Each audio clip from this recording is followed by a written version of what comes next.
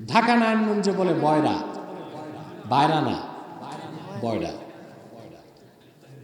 যারা কোরআনের পক্ষে, আল্লাহ বলেছেন তাদের চোখ আছে, কান আছে।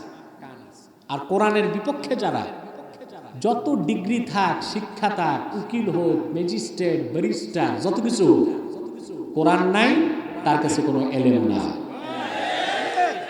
তার উদাহরণ হচ্ছে চোখ থাকতে অন্ধ, কান থাকতে বধির। এখন আমরা কোন দলে আছি? চোখ আর কান খোলা তাদের দলে, ঠিক কিনা? কোরআনের পক্ষে। সুবহান।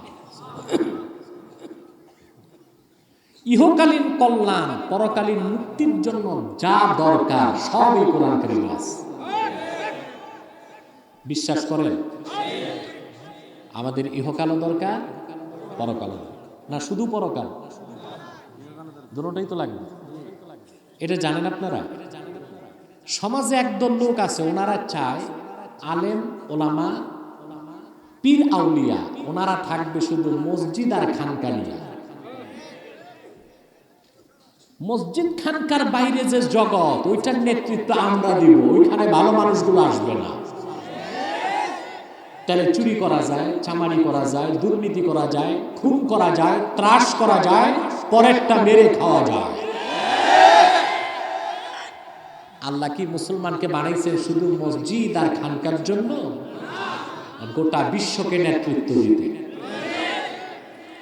আমরা শুধু আমাদের জন্য না, গোটা মানবতার জন্য।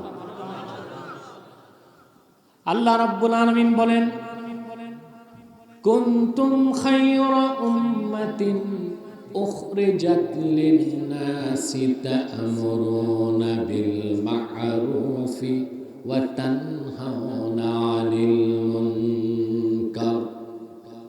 তোমরাই সর্বোত্তম জাতি, উম্মতে মুহাম্মাদী। তোমাদেরকে বের করা হয়েছে লিন-নাস, লিল মুসলিমিন না, লিন-নাস, গোটা বিশ্ব মানবতার কল্যাণে। সেজন্য উম্মতে মুহাম্মাদী শুধু নামাজ, রোজা, হজ, যাকাত নিয়ে থাকবে তা নয়, বরং ইহকালীন কল্যাণে যত নীতি আছে, অর্থনীতি, সমাজনীতি, রাষ্ট্রনীতি, ব্যক্তি জীবন, সমাজ জীবন, রাষ্ট্র জীবনের প্রত্যেকটি নেতৃত্ব রাসূলুল্লাহর ইমানদার উম্মতকে দিতে হবে। এটা আবার ওরা চায় না। ওরা বুঝেন, ওই যে কোরআনের বিপক্ষে দল কয়টা? একটা কোরআন কারীমের পক্ষে, আরেকটা কোরআন শরীফের। আল্লাহ আমাদের শুধু আখিরাত কামাই করতে বলেন না, দুনিয়াটাও লাগবে। লাগবে কি না? লাগবে না? আপনাদের লাগে না? কোরআন কারীমের দিকে তাকায় দেখেন, আল্লাহ পাকে কোরআনের সবচেয়ে প্রিয় দোয়া শিক্ষা দিলেন, রব্বানা আতিনা ফিদ দুনিয়া হাসানাতাও ওয়া ফিল আখিরাতি হাসানাতাও ওয়া কিনা আযাবান নার। পড়েন আপনারা? পারেন তো জানি, পড়েন কিনা? আমার সাথে পড়েন, রব্বানা আতিনা ফিদ দুনিয়া হাসানাতাও ওয়া ফিল আখিরাতি হাসানাতাও ওয়া কিনা আযাবান নার। আয় আমাদের রব, তুমি আমাদেরকে দুনিয়ার হাসানা দাও, আখিরাতের হাসানা দাও। সুবহানাল্লাহ বলবেন।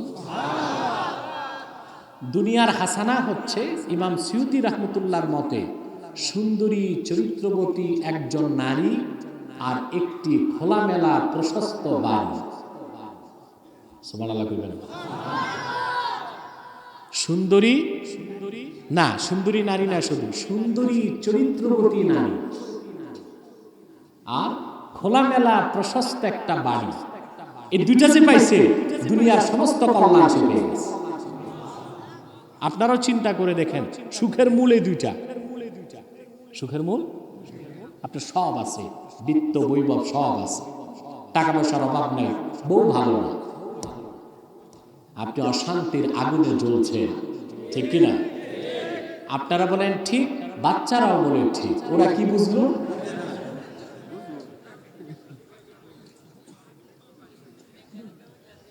কেন বুঝে জানেন?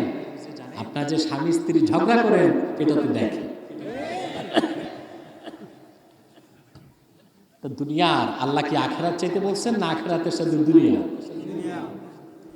অফিল আখিরাতি হাসানা হচ্ছে বিনা আযাবে কম হিসাবে ফার্স্ট চান্সে জান্নাত। খুশি হইলেন না?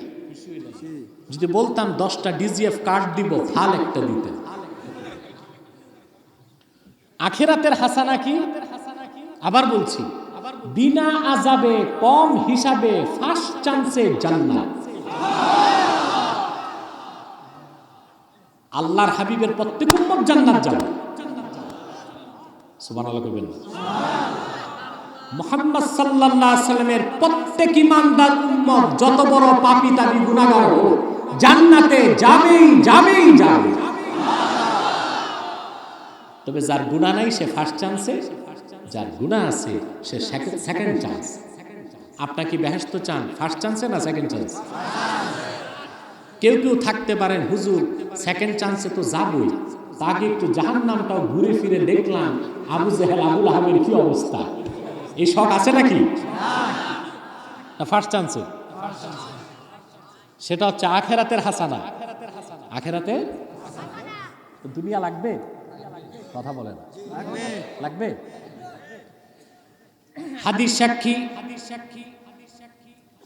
আল্লাহর হাবিবের জলিলুল কদর সাহাবী হযরতে আনাস ইবনে মালিক রাদিয়াল্লাহু তাআলা আনহু বলেন, আল্লাহর হাবিব যখন মক্কা মুকাররমা থেকে হিজরত করে মদিনাতুল মুনাওয়ারাতে আসলেন, আমার বয়স তখন মাত্র 10। কত? তিনি বলেছেন খাদিমতুন নবিয়্যা সাল্লাল্লাহু আলাইহি ওয়াসাল্লাম 10 সানাওয়াত, আমি রাসূলুল্লাহর খেদমত করেছি 10 বছর। আমার বয়স যখন 10, আমার মা আমাকে আল্লাহর হাবিবের নূরের কদমে রেখে দিলেন আর বললেন, ইয়া রাসূলুল্লাহ খুআইদিমুকা আনাস। আরবিতে খাদেমের তাসগীর হচ্ছে খুআইদিম, ছোট খাদেম, বাচ্চা খাদেম। হে আল্লাহর রাসূল, আমার এই সন্তান আনাস আপনার সবচেয়ে ছোট খাদেম, তারে আপনার কদমে ওয়াকফ করে দিলাম। এই সন্তান আমার আর দরকার। স্টেজে নড়াচড়া করবেন না আপনারা, স্টেজটা খুব দুর্বল। নড়াচড়া করলে আমি তো জোয়ান মানুষ, মোটামুটি বেঁচে যাব, আপনাদের কোমরের হাড্ডি গুড্ডি কিন্তু থাকবে না। স্বাভাবিক যেখানে আমি যাই একটু ওলামায়ে কেরাম বেশি আসেন, আলহামদুলিল্লাহ। তাদের বসার জন্য স্টেজটা বড় করার চেষ্টা করবেন, সামনেটা মনে রাখবেন। আনাস বিন মালিকের মা বললেন, ইয়া রাসূলুল্লাহ, তা আমার সামনে আমার ছেলেটার একটু দোয়া করে দেন। সুবহানাল্লাহ কইবেন, আমার সামনে একটু দোয়া করুন। আল্লাহর হাবিব আনাস বিন মালিকের মাথায় হাত রেখে দোয়া করলেন। কি দোয়া বলবো শুধু শুনবেন না, মনে রাখবেন। কেন? আপনিও কাউকে দোয়া করলে নিজের সন্তানকে এই 4টা দোয়া করবেন, মনে থাকবে? আল্লাহর হাবিব আনাস বিন মালিকের মাথায় হাত রেখে দোয়া করলেন, আল্লাহুম্মা বারিক ফি মালিহি ওয়া আওলাদিহি ওয়া আতিল উমরাহ ওয়াগফির যামবাহ।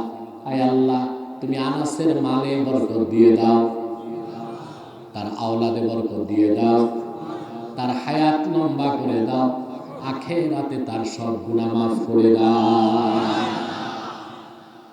কয়টা দোয়া করলেন আল্লাহর হাবিব? মুসলমান খেয়াল করছেন? 3টাই তো দুনিয়ার জন্য, একটি আখিরাতের জন্য। আল্লাহ তুমি তার আওলাদে বরকত দাও, তার মালে বরকত দাও, তার হায়াত লম্বা করে দাও, 3টাই দুনিয়ার জন্য। ওয়াগফির যামবাহ, তার গুনাহ মাফ করে দাও, এটা আখিরাতের জন্য। সুবহানাল্লাহ। দুনিয়া লাগবে না? লাগবে না? এখন আমি কি বুঝাচ্ছি খেয়াল করতে পারতেছেন মনে? আমরা মুসলমান বাংলাদেশে জীবনটাকে 2টা ভাগ করেছি। আখিরাতে মুক্তির জন্য কোরআন কারীমের কাছে আসি, আর দুনিয়ায় মুক্তির জন্য মানব রচিত তন্ত্র মন্ত্রের কাছে যাই। সত্য বললাম? সেই জন্য আমাদের কোনো মুক্তি, কথা বলে না, কল্যাণ। আমরা দুই রং ধরছি। কয় রং? জীবনের একটা অংশে কোরআন হাদিসের রং, আরেকটা অংশে কাফের মুশরিক পশ্চিমা বেঈমানদের রং। রং কয়টা? তা আমরা কি খাঁটি মুসলিম না ফরমালিন যুক্ত? ফরমালিন কি মিয়া সাহেব শুধু আম কাঁঠালে নাকি? বাংলাদেশে মুসলমানদের মধ্যে ফরমালিন ঢুকে গেছে, পরিমাণে অনেক বেশি। রং কয়টা আমাদের? কবি গালেব কাব্যের ভাষায় তিরস্কার করে বলেন, দো রঙ্গি ছোড় দে এক রঙ্গ হো যা, সরাপা মোম বন ইয়া সঙ্গ হো যা। মুসলমান দুই রং ছাড়ো, এক রং ধরো। হয় কোরআন সুন্নাহর রঙে রঙিন হয়ে মোমের মতো গলে খাঁটি মুসলমান হও, নতুবা পাথরের মতো শক্ত হয়ে কাফের হয়ে যাও। কিছু ইসলাম, কিছু অন ইসলাম, কিছু দিনদারি, কিছু বদদিনী, তা মুসলমানের চরিত্র নয়। ঈদের সময় ঈদগাহে দৌড়াও, পূজার সময় মণ্ডপে দৌড়াও, এটা মুসলিম চরিত্র নয়, এটা মুনাফিকের চরিত্র। ঠিক কিনা বলে? রং কয়টা ধরবেন? কয়টা ধরবেন? এক রং। সেটা কোন রং? আখিরাতের মুক্তির জন্য আমরা কোরআনের কাছে দৌড়াই, আর দুনিয়ার যত আমাদের কল্যাণ আর মুক্তি, এর জন্য দৌড়াই কোথায়? পশ্চিমাদের কাছে। কাদের কাছে? না, দুই রং ধরা যাবে। এ লোকটা তো ভয় পেয়েছে আপনাদের স্লোগানে নাকি? হ্যাঁ, স্টেজ কাঁপে। কেউ স্লোগান আবার স্টেজে দিয়েন না, নিচে নামতে হবে। আমি এই অধিকার তো আমার নাই একজন আলিমকে আমি নামাই দিব। এটা কি করে হয়? যে যেভাবে আছে চুপচাপ বসে থাক, সুপারগুলো দিয়া শক্তভাবে টাইট করে বসে থাক, তাও নড়াচড়া করা যাবে না। প্রিয় ভাই বন্ধুগণ, আজকে রাতও বেশি, আমি অসুস্থ, ক্লান্ত হয়ে গেছি আস্তে আস্তে আস্তে আস্তে। আপনারাও তো কষ্ট করে বসে আছেন, ঠিক কিনা? আজকে খুব কম সময়ে কয়েকটা কথা বলছি, মনে থাকবে তো ইনশাআল্লাহ? প্রিয় ভাই বন্ধুগণ, তাহলে রং কয়টা ধরবেন? আপনারই ইহকালীন কল্যাণ, পরকালীন মুক্তির জন্য সব সমস্যার সমাধান গ্রহণ করতে হবে আল্লাহর কোরআন থেকে, রাসূলুল্লাহ পবিত্র সুগন্ধিময় সুন্নাত থেকে। ঠিক কিনা বলে? আসুন আজকে সেই ইহকালীন কল্যাণ ও পরকালীন মুক্তির জন্য আমরা কিছু কথা কোরআন কারীম থেকে শুনব। আমরা আজকে সূরা আলে ইমরান থেকে 181 নম্বর আয়াতটি তেলাওয়াত করেছি। বলেন তো কত নাম্বার? এখানে আমাদের কথা আসবে আকীদার উপর। কিছুর উপর? আমলের উপর। আর আমাদের এইম অফ লাইফ, আমাদের জীবনের লক্ষ্য এবং উদ্দেশ্য কি হবে সেই বিষয়ে কথাগুলো মনে থাকবে তো ইনশাআল্লাহ? মাইকটা ভালোই আছে। তুমি মাইকম্যান? তুমি মাইকম্যান নাকি? মেন অপারেটর না তুমি হেল্পার? Main operator. মাইক ঠিক আছে, আর ধরার চেষ্টা করো না, ঠিক আছে? ভাই বন্ধুগণ, আমার সঙ্গে আপনারাও তেলাওয়াত করুন, যেন প্রতিটি অক্ষরের নূর আল্লাহ তাআলা আমাদের সিনায় মানকুশ করে দেন। বলেন আল্লাহুম্মা আমিন। পড়ুন আউযু বিল্লাহি মিনাশ শাইতানির রাজীম। বিসমিল্লাহির রাহমানির রাহিম। لقد سمع الله قول الذين قالوا إن الله فقير ونحن أغنياء سنكتب ما قالوا وقتلهم الأنبياء بغير حق ونقول ذوقوا عذاب الحريق صدق الله العظيم. قرون صدق الله العظيم. ওয়া সাদাকা রাসূলুহুন নাবিয়্যুল হাবিবুল কারীম ওয়া নাহনু আলা যালিকা মিনাশ শাহিদিন ওয়াশ শাকিরিন আলহামদুলিল্লাহি রাব্বিল আলামিন। ঘুমাচ্ছেন না তো? আমাকে ভয়েস দিতে হবে, বুঝলেন? কে কি ঘুমান একটু হাত তুলে দেখেন।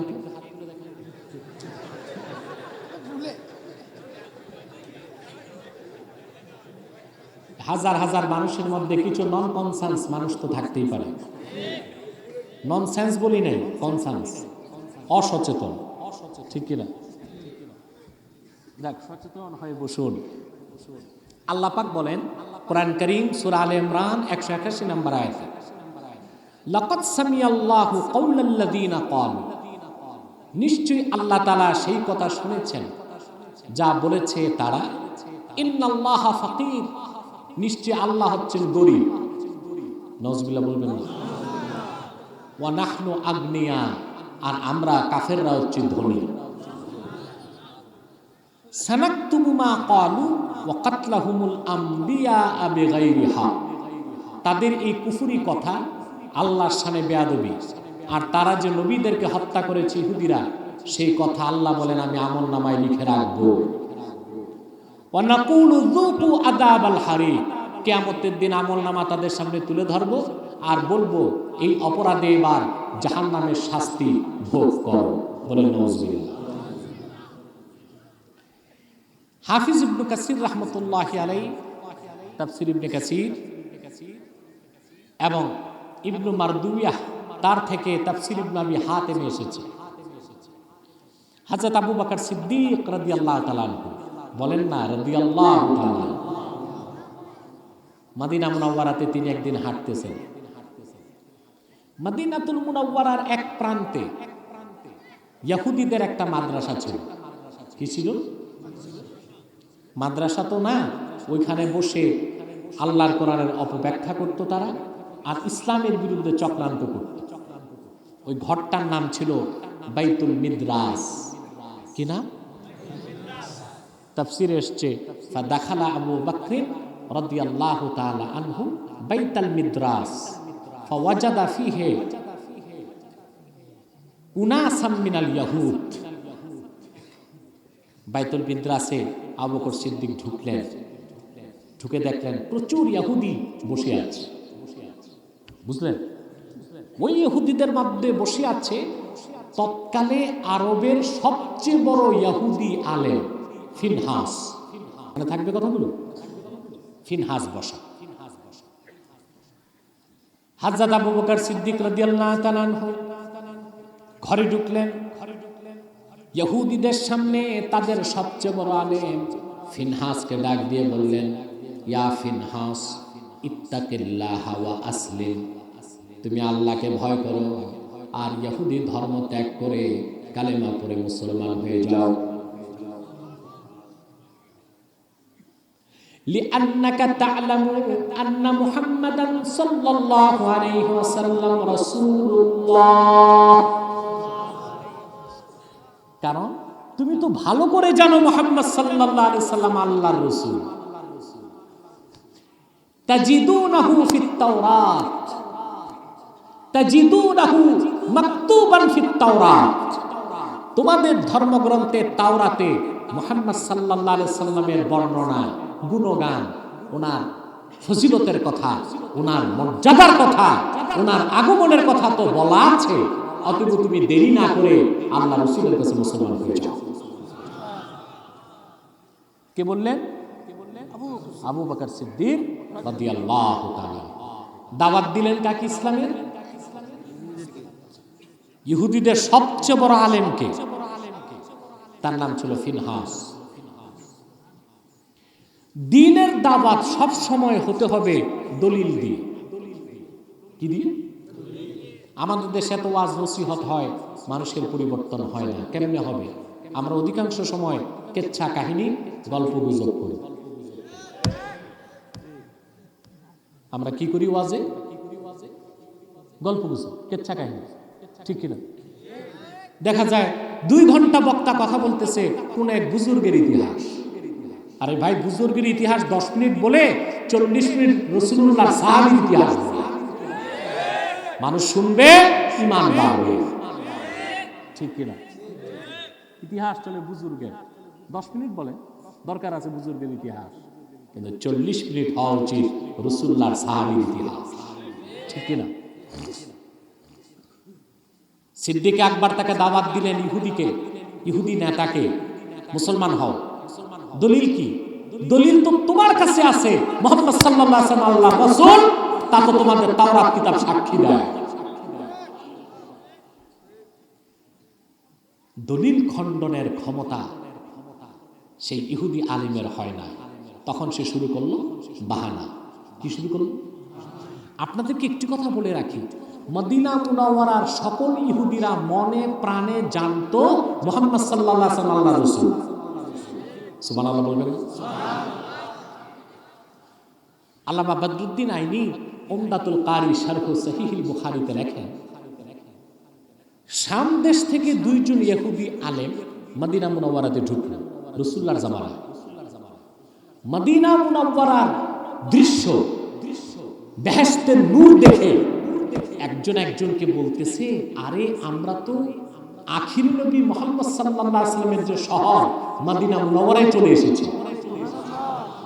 তাওরাত কিতাবের বর্ণনা মিলে গেছে। বলো তো, চলো আল্লাহ রাসূলের কাছে একটু যাই। দোনো ইহুদি আলেম রাসূলুল্লাহর কাছে আসছে।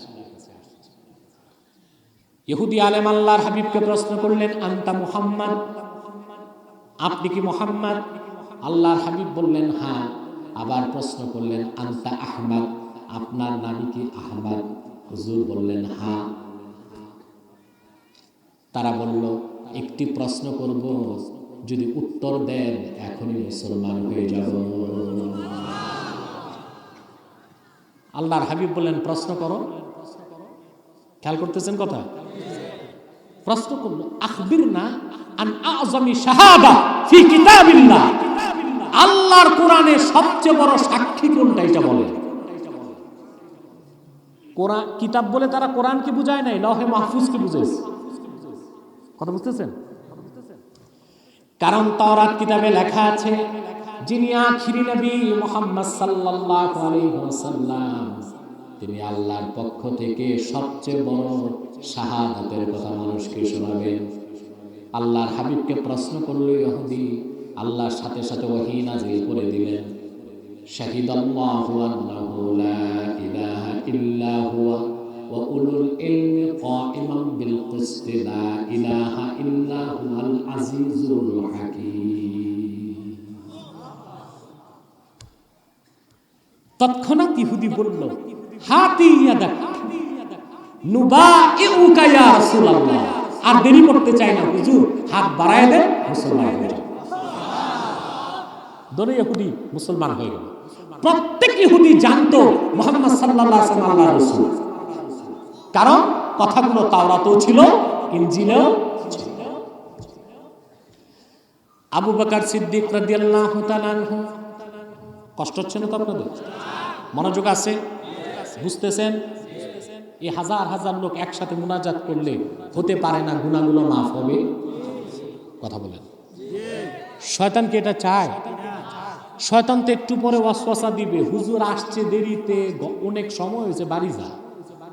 আজকে শয়তান জিতবে না আমরা জিতব? এটা সবাই জিততে পারবেন না। একটা শপথ করতে হবে। আমরা নিয়ত করছি কিছুক্ষণ পরে আজকের মুনাজাত করে গুনাহ মাফ করে নিষ্পাপ বেহেশতি আল্লাহ ওয়ালা হয়ে বাড়ি যেতে চাই। কারা কারা হাত তুলে আল্লাহ তাআলাকে দেখেন, হাত লম্বা করেন।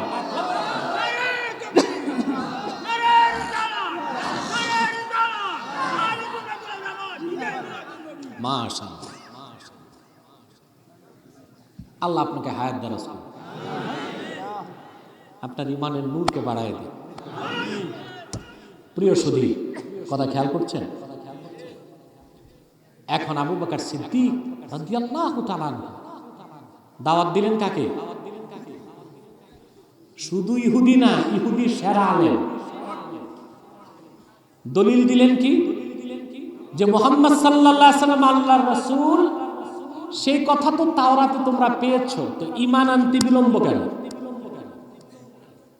এখন দলিল যদি অস্বীকার করে, ইহুদি তার নিজ ধর্মের গ্রন্থ অস্বীকার করে না, সম্ভব তো না, সম্ভব? তখন সে বাহানা তালাশ করতে লাগলো। সে বলল, আসলে আমিও মুসলমান হতে চাই, একটা কারণে পারি না। কেন? তখন বেয়াদব ইহুদি, কত বড় বেয়াদব, সে বলল যে তোমাদের আল্লাহ গরিব হয়ে গেছে, ওনার চেয়ে তো আমরাই ধনী, তো মুসলমান হয়ে লাভ কি? 2, তোমাদের আল্লাহ সুদ খেতে না করেন কোরআনে, আবার নিজেই সুদ দিবেন তাও বলছে। নাউজুবিল্লাহ। সে আল্লাহর কোরআনের আয়াতের অপব্যাখ্যা করল ইহুদি। কোনটা? আল্লাহ পাক বলেছেন, মান যাল্লাযী ইউকরিদুল্লাহ করদান হাসানা, তোমাদের মধ্যে এমন কে আছে যে ব্যক্তি আল্লাহকে উত্তম ঋণ দিবে? এই ঋণ কি আল্লাহকে দেয় না আল্লাহর বান্দাকে দেয়? কিন্তু আল্লাহ বলেছেন, যে আল্লাহর বান্দাকে দেয় সে যেন আল্লাহর হাতেই তুলে দেয়। সুবহানাল্লাহ বলবেন না? তা আল্লাহ বলেছেন উত্তম ঋণ। কি বলছেন? সে বলল, তোমাদের আল্লাহ যদি অভাবে না পড়তো তো ঋণ চাইছেন কেন? 2 নাম্বার, তিনি বলছেন কিয়ামতের দিন আবার তিনি ঋণের প্রতিদান দিবেন, 10 টাকা 700 টাকা, 700 গুণ বাড়ায় দিবেন, তো সুদ দিবেন। নাউজুবিল্লাহ বলবেন না? এটা কি আল্লাহ ঋণটা নিজে নেন? সুদ যে দিবেন ওটা সুদ না সওয়াব? কিন্তু কুখ্যাত ইহুদি আলেম অপব্যাখ্যা করলো কিন্তু কোরআনের আয়াত দিয়ে। সেজন্য আমি বলি, যুগে যুগে যারাই আল্লাহর কোরআনের আয়াতের অপব্যাখ্যা করে মানুষকে বিভ্রান্ত করে, তারা ইহুদিদের উত্তরসূরি ছাড়া আর কিছু না। কোরআন কারীমের অপব্যাখ্যা আছে এখন দেশে। এই যে একদল আছেন আপনাদের দেশে, একতারা, দোতারা, তাম্বুরা, জাম্বুরা নিয়ে নাচে, আছে? এরা নাকি আবার পিড়ি মুড়িদি করে, আবার চোরের মার বড় গলা, এক ওয়াক্ত নামাজ নাই, মুখে দাড়ি নাই, বলে আশিকে রাসূল, সুন্নি। আরে সে তো মুসলমানই হয় নাই, সুন্নি ও হাবি তো পরে নাকি? এরা কত বড় বেঈমান। নাচে, বলে নাচো কেন? বলে আল্লাহ তো কোরআনে নাচতে বলছে। কিভাবে? আউযু বিরাব্বিন নাস, মালিকিন নাস, ইলাহিন নাস। ওই নাচ আর নাচ এক হইল? একটা হলো নাচানাচি, আরেক নাচ অর্থ মানুষ। কোরআনের এই অপব্যাখ্যা করে তারা শুধু বেঈমান হয় নাই, ইহুদিদের মতো নিকৃষ্ট পর্যায়ের কাফেরে পরিণত হয়ে গেছে। অপব্যাখ্যা আছে না নাই? আমার ভাইরা, এবার কথা শুনেন সামনের দিকে। ইহুদি আলেম আবু বকর সিদ্দিককে বলল যে আল্লাহ গরিব হয়ে গেছে, আমরা ধনী। সিদ্দিক একবার বরদাস্ত করতে পারেন না। তাফসীর সাক্ষী, ফাদারাবা আবু বকর ওয়াজহা ফিনহাস দারবান শাদীদা। পুষ্পের মতো কোমল আবু বকর বজ্রের মতো কঠোর হয়ে গেল। সর্বশক্তি দিয়ে ইহুদি আলেমের গালে এক থাপ্পড় লাগায় দিল। সুবহানাল্লাহ কইবি? ভালো করে বুঝেন, এত নরম মানুষ। হযরত আবু বকরকে বলা হয় পুষ্পের মতো কোমল, ঠিক কিনা? এক থাপ্পড় দিলে ইহুদির গালে 5 আঙ্গুল বসে গেছে। কয় আঙ্গুল? এখন লক্ষ্য করেন ভাই, বাইতুল মিদ্রাসে ইহুদিদের সেই মাদ্রাসায় মুমিন ছিলেন একজন, আবু বকর সিদ্দিক, আর সব ছিল কি? ভয় পাইছে? মুমিন আল্লাহ ছাড়া কাউকে ভয় পায়? জোরে বলেন, মুমিন আল্লাহ ছাড়া কাউকে ভয় পায়? কাউকে ভয় পায়? মুহাম্মদ সাল্লাল্লাহু আলাইহি সাল্লামের ঈমানদার উম্মত তার ঈমানকে তার জান থেকে বেশি ভালোবাসে। ঈমান রক্ষায় সে সব কিছু কোরবানি করতে পারে, তার জান ও মাল সব কিছু বিসর্জন দিতে পারে ইসলামের স্বার্থে, ঠিক কিনা? সিদ্দিক আকবরের এক থাপ্পড়ে ইহুদি গাল লাল হয়ে গেছে, পাঁচ আঙ্গুলের দাগ বসে গেছে। দৌড়ে এসে রাসূলুল্লাহ সাল্লাল্লাহু আলাইহি ওয়াসাল্লামের খেদমতে আসছে ইহুদি আলেম, থাপ্পড় খেয়ে এসে বললেন, ইয়া রাসূলুল্লাহ সাল্লাল্লাহু আলাইহি ওয়াসাল্লাম, আবসির মা সানাআ বি আবু বকর। হে আল্লাহর রাসূল, একটু দেখেন আবু বকর কি করছে, আমার গালটাই ফাটাই দিছে। আমার গাছে আল্লাহর হাবিব বললেন, আবু বকর তো শান্ত মানুষ, হঠাৎ রেগে গেল কেন? কারণ তো একটা থাকতেই পারে, ঠিক কিনা? আবু বকর সিদ্দিককে ডাকা হলো। আল্লাহর হাবিব বলেন, আবু বকর তুমি এত জোরে তাকে থাপ্পড় দিছো কেন? সিদ্দিক আকবর বললেন, ইয়া রাসূলুল্লাহ সাল্লাল্লাহু আলাইহি ওয়াসাল্লাম, ইন্না আদুওয়াল্লাহি ক্বালা কাওলান আযীমা। আল্লাহর শত্রুটা মারাত্মক বেয়াদবি করেছে আল্লাহর শানে, আমি তা বরদাস্ত করতে পারি না, এক থাপ্পড় লাগাই দিয়েছি। যদি আমার হাতে তরবারি থাকতো আমি ইহুদি নেতার গর্দানটা উড়াই দিতাম।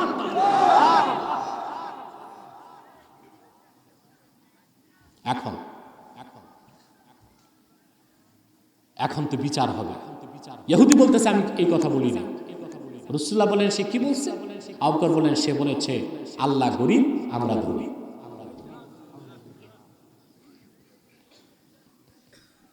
এখন তো সাক্ষী লাগবে, কি লাগবে? সিদ্দিক আকবর বলতেছেন বলেছে, ইহুদি বলতেছে, ইহুদির মাদ্রাসায় কোনো মুসলমান তো ছিল না যে সিদ্দিক আকবরের পক্ষে সাক্ষী দিবে। কথা বলে আল্লাহ রাব্বুল আলামিন আল্লাহর সম্মান মর্যাদার পক্ষে সিদ্দিক আকবরের এতটুকু অবস্থানকে এত বেশি পছন্দ করলেন, আল্লাহ নিজে আবু বকরের সাক্ষী হয়ে গেলেন। সূরা আলে ইমরান 181 নম্বর আয়াতে আল্লাহ সাক্ষী দিলেন আবু বকরের পক্ষে, লাকাদ সামিআল্লাহু কাওলাল্লাযীনা ক্বালু ইন্নাল্লাহা ফাকীরুন ওয়া নাহনু আগনিয়া। নিশ্চিত মুহাম্মদ সাল্লাল্লাহু আলাইহি সাল্লাম আল্লাহ সাক্ষী দিচ্ছেন যে আবু বকর যা বলেছে তা সত্য। ইহুদিরা এই কথা বলেছে আল্লাহ গরীব, আমরা ধনী। সুবহানাল্লাহ। আল্লাহ কার পক্ষে সাক্ষী দিলেন? এখন আসেন আমরা এখান থেকে শিক্ষা কি নিব, কি মেসেজ নিয়ে বাড়ি যাব? একটা মেসেজ তো লাগবে, কথা বলেন। তা প্রথমটি হচ্ছে যে আল্লাহ ও তার রাসূলের শানে বেয়াদবিকে বরদাস্ত করা হবে না। বরদাস্ত করা,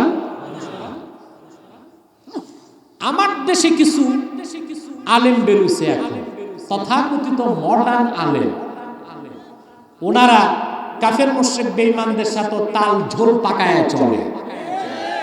ওনারা আমাদেরকে নসিহত করে যে চরম পন্থায় যাবেন না, ইসলাম মধ্যপন্থা।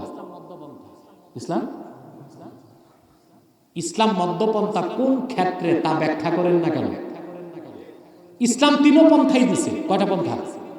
আমি আমার আলেম ভাইদেরকে বলবো মনোযোগ দিয়ে শুনতে, যেন আপনারা তো দেখেন আমার সাথে কাফেররা ডিবেটে বসে, নাস্তিকরা, সংশয়বাদীরা, অবিশ্বাসীরা বিতর্কে আসে।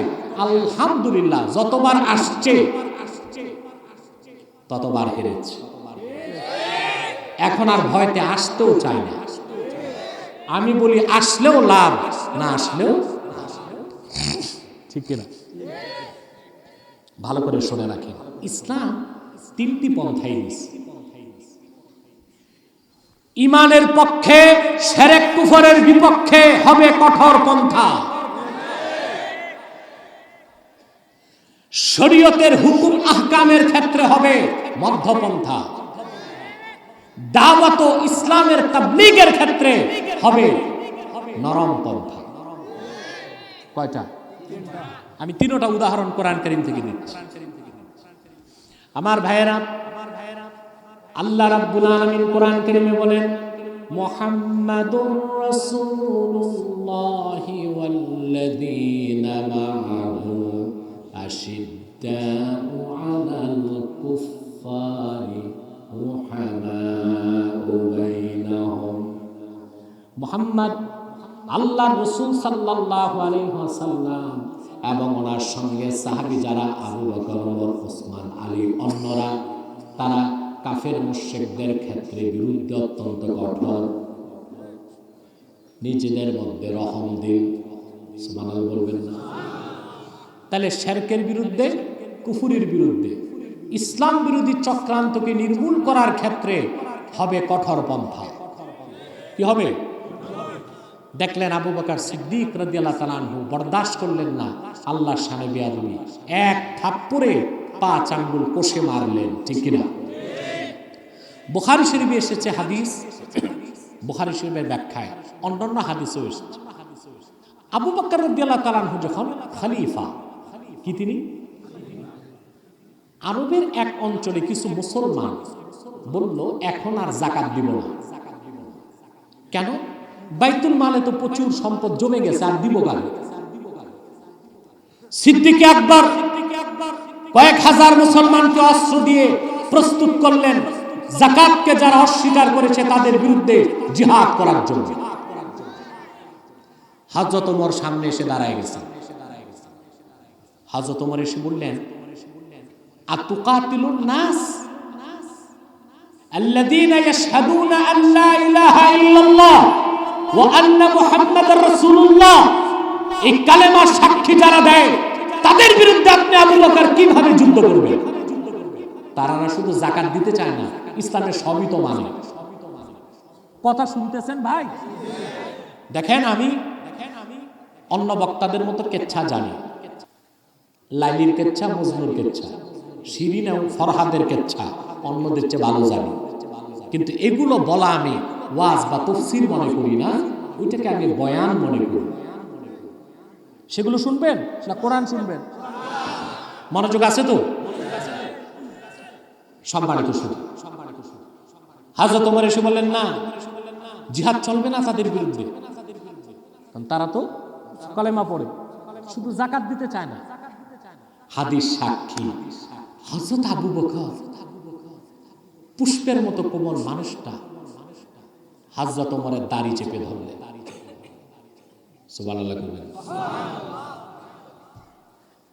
মধ্যপন্থা, নরম পন্থা নিজের স্বার্থে, কঠোর পন্থা দ্বীনের স্বার্থে। বুঝেন নাই? মধ্যপন্থা, নরম পন্থা, কঠোর পন্থা দ্বীনের স্বার্থে। সেখানে এই নসিহত চলবে না, ভাই গরমি সে নহি নরমি সে কাম লো, এটা চলবে না। কথা বুঝতেছেন? সিদ্দিক আকবর হযরত ওমরের দাড়ি চেপে ধরলেন। আচ্ছা বলেন তো ভাই, আপনাদেরকে প্রশ্ন করছি, মানুষের কান ধরলে বেশি রাগে না দাড়ি ধরলে? দাড়ি ধরলে। দাড়ি ধরলে, যার দাড়ি নেই এর ধরবে কি? কিন্তু কান ধরলে মানুষ যত রাগে তার চেয়ে বেশি রাগে।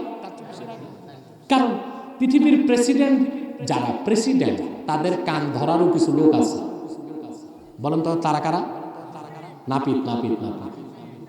প্রেসিডেন্ট ট্রাম্প আর জো বাইডেন, ওদেরও কান ধরে একদল মানুষ আছে। কারা? নাপিত। ওটা দরকারে ধরে, ঠিক কিনা? স্যার একটু ডাইনে, স্যার একটু বাম। কান ধরলে মানুষ যতটুকু রাগ হয় তার চেয়ে বেশি রাগ হয়। পুষ্পের মতো আবু বকর কোমল, আবু বকর সিদ্দিক হযরত ওমরের দাড়ি চেপে ধরলেন। তারপর বললেন, না, জিহাদে তুমি বাধা দিতে পারবে না। ওয়াল্লাহি লা উকাতিলান্না মান ফাররাকা বাইনা সালাতি ওয়াজ যাকাত, আল্লাহর কসম করে বলছি, যারা নামাজ পড়বে যাকাত দিবে না তাদের বিরুদ্ধে আমি আবু বকর জিহাদ করব। এখানে তিনি গ্রহণ করলেন মধ্যপন্থা না কঠোর পন্থা? এবার আসেন মধ্যপন্থা। ইসলাম শরীয়তের বিধিবিধানের ক্ষেত্রে দিয়েছে মধ্যপন্থা। কি দিয়েছে? ওয়াকাযালিকা জাআলনাকুম উম্মাতান ওয়াসাতা, আমি তোমাদেরকে বানিয়েছি মধ্যপন্থী উম্মত করে। এটা হচ্ছে আহকামে শারঈয়া, আহকামে বিধিবিধানের ক্ষেত্রে। যেমন আমি উদাহরণ দিচ্ছি, সহিহ মুসলিম আরবের ছাপ, যতটুকু মনে পড়ে আমার, হাদিস নাম্বার 1111। রমজান মাস, এক সাহাবী দৌড়ায় আল্লাহ রসুলের কাছে এসে বলেন, ইয়া রাসূলুল্লাহ, আমি তো শেষ। আল্লাহর হাবিব বলেন, কেন? তিনি বলেন, হুজুর, রোজা অবস্থায় দিনের বেলা স্ত্রীর কাছে গেছি। কথা বুঝতেছেন? রোজা রেখে দিনে স্ত্রীর কাছে যাওয়া যায়? যায়। যাবে না কেন? ধরতে পারবেন, ছুঁইতে পারবেন। হাদিসে এসছে রোজা রেখে স্ত্রীকে চুমাও দিতে পারবেন, যদি বীর্যপাত না হয়। আপনারা বাঙালি তো লডর বডর মানুষ, তো অতটুক না যাওয়াই ভালো। তবে কাছে যাবেন, বসবেন, তাতে সমস্যা নাই। কিন্তু রাতের বেলা কথা বলেন, সমস্যা আছে না? আপনারা রাতও বাদ দেন, রাতে যাওয়া যায়। সাহাবী দিনের বেলা স্ত্রীর কাছে গেছেন, কেন গেছেন তা তো বুঝছেন? কথা বলেন। রোজা ভেঙে গেছে। আল্লাহর হাবিব কিচ্ছু বললেন না, শুধু বললেন, তুমি কি গোলাম আজাদ করতে পারবা? সাহাবী বললেন, হুজুর, আমি গরিব মানুষ, গোলামি তো নাই। আল্লাহর হাবিব বললেন, হাল তাস্তাতিউ আন তাসুমা শাহরাইনে মুতাতাবিআইন, একটি রোজা তুমি ভঙ্গ করেছো, তার কাফারা হিসেবে 2 মাস 60 দিন রোজা রাখতে পারবে কিনা? একটি রোজা ভাঙলে কয়টা কাফারা? সাহাবী বললেন, ইয়া রাসূলুল্লাহ, এটাও পারবো না। আল্লাহর হাবিব বললেন, হাল তাস্তাতিউ আন তুতইমা 60 মিসকিনান, তাহলে কি তুমি রোজার কাফারা হিসেবে 60 জন মিসকিনকে খাওয়াতে পারবে নাকি? আপনারা মনে রাখবেন, এটা মাসালা হতে তো পারে, মিয়াশা হতে পারে না, দিনে সমস্যা হইতে পারে তো। কথা, আরে বাবা, মাসালা শিখতে লজ্জা কিসে? তো যে একটা রোজা ভাঙ্গে 60 জন মিসকিন খাওয়াবেন, কয়জন? মানে নিজে 60 দিন রোজা থাকে। সাহাবী বলেন, হুজুর, 60 জন মিসকিন খাওয়াবো, টাকা পয়সা নাই। 60 জন মিসকিন খাওয়াবো কোত্থেকে? আমার নিজেরই তো পর্যাপ্ত খোরাক নেই। সহিহ মুসলিম সাক্ষী, এমন সময় রাসূলুল্লাহ সাল্লাল্লাহু আলাইহি ওয়াসাল্লামের খেদমতে খেজুরের স্তূপ আসে, তাজা খেজুর মদিনা মুনাওয়ারার বাগান থেকে। সুবহান। আল্লাহর হাবিব বলেন, সাহাবী, সব খেজুর নিয়ে যাও, তোমার চেয়ে গরিব মানুষদেরকে বন্টন করে দাও। সাহাবী বললেন, ইয়া রাসূলুল্লাহ, ইয়া হাবিবাল্লাহ, মদিনা মুনাওয়ারায় আপনার সাহাবী বলেন মধ্যে আমার চেয়ে গরিব আর কেউ নাই। এই কথা শুনে আল্লাহর হাবিব খুশিতে, আল্লাহর হাবিব এই কথা শুনে বেহেশতের হাসি হাসলেন। সাহাবায়ে কেরাম বলেন, হাত্তা বাদাত আনিয়াবুহু, রাসূলুল্লাহ যখন বেহেশতের হাসি হাসলেন, আল্লাহর হাবিবের নূরময় দাঁতের জ্যোতি আমরা দেখতে পেলাম। সাহাবী বললেন, হুজুর, আমার চেয়ে গরিব আর কেউ নাই। আল্লাহর হাবিব বলেন, যাও, এই সব খেজুর নিয়ে বাড়ি যাও, তুমি আর তোমার পরিবার পরিজন নিজেরাই খাও। আল্লাহু আকবার। এর নাম দ্বীন ইসলাম। হুকুম মানার ক্ষেত্রে কোনো বাড়াবাড়ি না, মধ্যপন্থা। এটা কি? এবার আসেন শিথিল পন্থা। কথা বুঝতেছেন তো?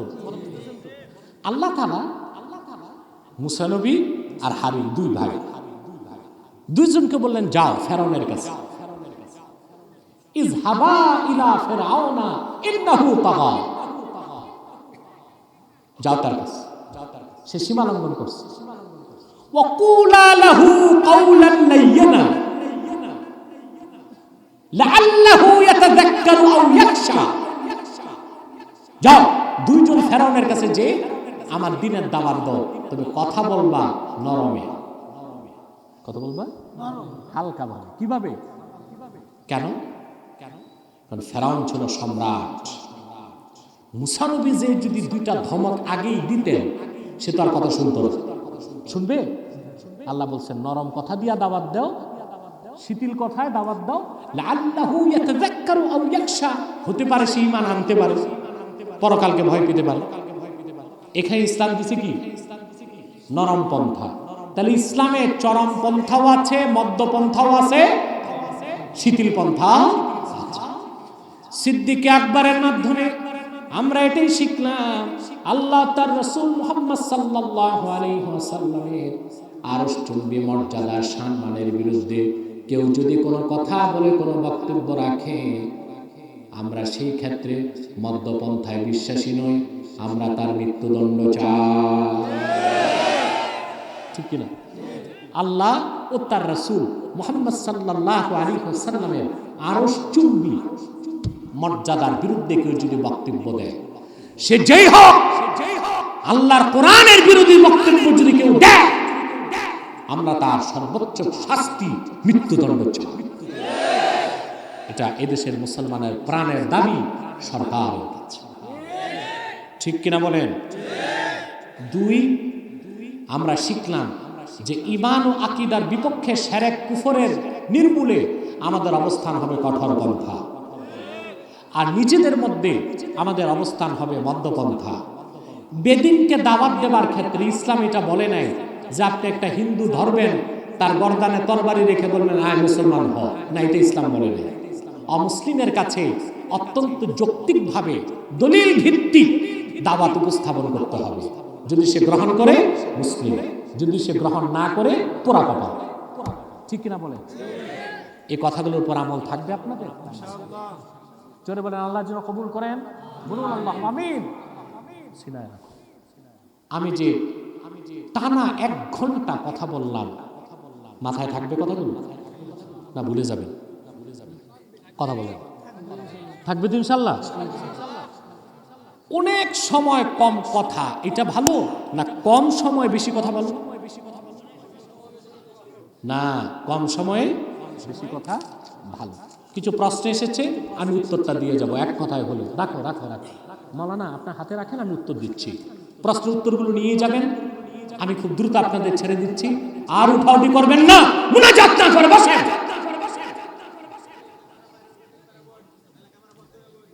বসেন বসেন ভাই, ক্যামেরাও তো দরকার আছে। মিডিয়াগুলো আমাদের বক্তব্যকে সবার কাছে পৌঁছে দেয়, এই জন্য তাদেরকে একটু সুযোগ দিবেন। সাদাকাল্লাহুল আযীম ওয়া সাদাকা রাসূলুহুন নবিয়ুল কারীম ওয়াশ শাকিরিন আলহামদুলিল্লাহি রাব্বিল আলামিন। আমাদের কথাগুলোর জন্য আল্লাহ কবুল করেন, বলেন আল্লাহুম্মা আমিন। আমি আপনাদেরকে কয়েকটা বিষয়ে সাবধান করে দিচ্ছি। আপনারা এখানে বিভিন্ন দলের লোক আছেন, আছেন না? কথা বলেন, আছেন? ঝগড়া মারামারি আছে? মানে একটু সোজা হয়ে বসেন সবাই।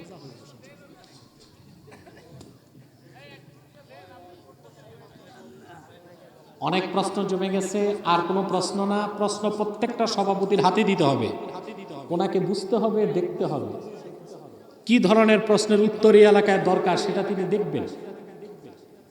এখন থাক, আমি সময় দিব। কথা বুঝতেছেন? আপনার এখানে সব দলের লোক আছেন না? আছেন?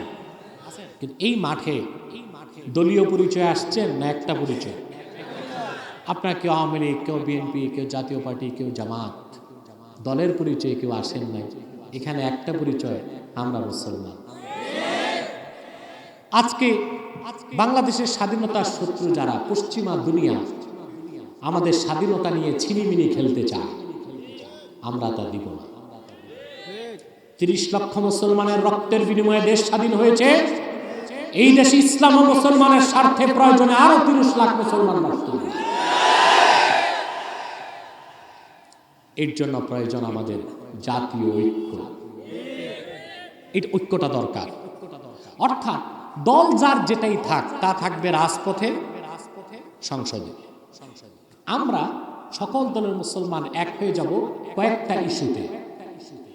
ইসলাম, মুসলমান, স্বাধীন বাংলাদেশের স্বার্থ রক্ষায় সকল দলের মুসলমানকে ঐক্য ঐক্যবদ্ধ হবার শপথ নিতে হবে। যদি তা না পারেন, আল্লাহর কসম খেসারত দিতে হবে আপনাদেরকে। ইসলাম, মুসলমান ও স্বাধীন বাংলাদেশের স্বাধীনতা রক্ষা যেন কোন আগ্রাসী শক্তি আমার দেশের 1 ইঞ্চি জমিনে বিষাক্ত দাঁত বসাতে না পারে। সব দলের মুসলমানকে ঐক্যবদ্ধ হতে হবে। মনে থাকবে, কাফের মুশরিকদের বিরুদ্ধে ঐক্যবদ্ধ হতে হবে। বাংলাদেশে 2টি অমুসলিম সম্প্রদায়, ইসলাম মুসলমান, আর বাংলাদেশের স্বাধীনতার বিরুদ্ধে সবচেয়ে বেশি চক্রান্ত করতেছে। একটি হলো কুখ্যাত কাদিয়ানী সম্প্রদায়। নিঃসন্দেহে তারা অমুসলিম এবং কাফের। তাদেরকে যারা কাফের বলবে না, তারাও কাফের। কারণ তারা আল্লাহর আখির নবী মুহাম্মদ সাল্লাল্লাহু আলাইহি সাল্লামকে আল্লাহর শেষ নবী হিসেবে বিশ্বাস করেন। তাদের বিশ্বাস 1857 সালে কোরআন শরীফ বাজেয়াপ্ত হয়ে গেছে। তারা মনে করে শূকরের গোশত এবং মদ হালাল। তারা মনে করে খ্রিস্টানদেরকে অমুসলিম বলা যাবে না। সবচেয়ে কুখ্যাত কাফের সম্প্রদায় হলোই কাদিয়ানী সম্প্রদায়। তারা মানুষকে ধোঁকা দিতে ধোঁকাবাজি করে। মুসলমানদের মতো দাড়ি রাখে, টুপি লাগে, আস্তানার নাম দেয় মসজিদ।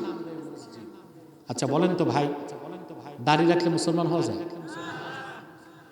তাহলে রবীন্দ্রনাথ ঠাকুরের কি বলবে? এত লম্বা দাড়ি ছিল, সে কি মুসলিম ছিল না অমুসলিম? নাম রাখলে মুসলমান হওয়া যায়? এক শয়তান বোতলে পেশাব করে উপরে লেবেল দিছে শরবত। ওটা শরবত হবে? ভিতরে কি? তদ্রুপ কাদিয়ানীরা শেষ দরজার কুখ্যাত কাফের। আব্দুল আউয়াল, আব্দুল সামাদ, মুবাশশির আলী, কবির চৌধুরী, এসব নাম রাখার দ্বারা তারা মুসলমান হতে পারে না। আমার ভাইরা, আমার বন্ধুরা, আমার আল্লাহ ও নূর নবী আমার মুহাম্মদ সাল্লাল্লাহু আলাইহি ওয়াসাল্লামের ইসলাম ও কোরআনের হাজার বছর পরে বর্তমান ভারতের কুখ্যাত পাঞ্জাবের কুখ্যাত গুরুদাসপুরের কুখ্যাত কাদিয়ানে ইংরেজ আমলে এক শয়তান নিজকে নবী দাবি করছে। চিল্লায় বলেন নাউজুবিল্লাহ। ওই শয়তানটার নাম রেখেছিল তার বাপ মির্জা গোলাম আহমদ কাদিয়ানী। সাবধান সাবধান, কাদিয়ানের কাজ্জাব, মিথ্যানবতের দাবিদার মির্জা গোলাম শয়তান কাদিয়ানীকে গোলাম আহমদ বলা যাবে না। কারণ গোলাম আহমদ অর্থ আহমদ এর গোলাম। আর কাদিয়ানের কাজ্জাব ছিল শেষ দরজার কুখ্যাত কাফের। সে গোলাম আহমদ এর গোলাম ছিল না, সে ছিল কুখ্যাত শয়তানের কুখ্যাত গোলাম। কাদিয়ানের কাজ্জাব মিথ্যানবতের দাবিদার মির্জা গোলাম শয়তান কাদিয়ানী 1908 সালে তার উপর গজব এসেছে। যখন গজব এসেছে, কাদিয়ানের কাজ্জাব মিথ্যানবতের দাবিদার মির্জা গোলাম শয়তান কাদিয়ানী 1908 সালে ধ্বংস হয়ে কুখ্যাত জাহান্নামের কুখ্যাত কুকুরে পরিণত হয়েছে। তার অনুসারীরাও ধ্বংস হয়েছে। বর্তমানে কিছু কাদিয়ানী বাংলাদেশে আছে। আপনাদের জামালপুর ময়মনসিংহ এলাকাতেও আছে। তাদের কাজই হচ্ছে ইসলাম মুসলমানের বিরোধিতা করা, বাংলাদেশের স্বাধীনতার সার্বভৌমত্বের বিপক্ষে কাজ করা, মানুষকে ধোঁকা দিয়ে কাফের বানাতে তারা নাম পরিবর্তন করে করে মিথ্যা পরিচয় দেয়। কখনো নিজেদের পরিচয় দেয় আহমদী জামাত, কখনো বলে আহমদিয়া জামাত, কখনো বলে আহমদী সম্প্রদায়, কখনো বলে আহমদিয়া সম্প্রদায়, কখনো বলে আহমদী মুসলিম জামাত, কখনো বলে আহমদিয়া মুসলিম জামাত। সাবধান, যত কাদিয়ানি ছিল আছে থাকবে, তারা কেউ আহমদী জামাত নয়, আহমদিয়া জামাত নয়, আহমদী সম্প্রদায় নয়, আহমদিয়া সম্প্রদায় নয়, আহমদী মুসলিম জামাত নয়, আহমদিয়া মুসলিম জামাত নয়। তারা শয়তানি জামাত, কুখ্যাত জাহান্নামের কুখ্যাত কুকুরের দল। আমাদের সকল দলের একটাই দাবি, অনতিবিলম্বে স্বাধীন বাংলায় শয়তান কাদিয়ানীদেরকে রাষ্ট্রীয়ভাবে অমুসলিম ঘোষণা করতেই হবে, করতেই হবে, করতেই হবে। এই দাবি আদায়ে যদি জানমাল দিতে হয় কারা কারা প্রস্তুত আছেন?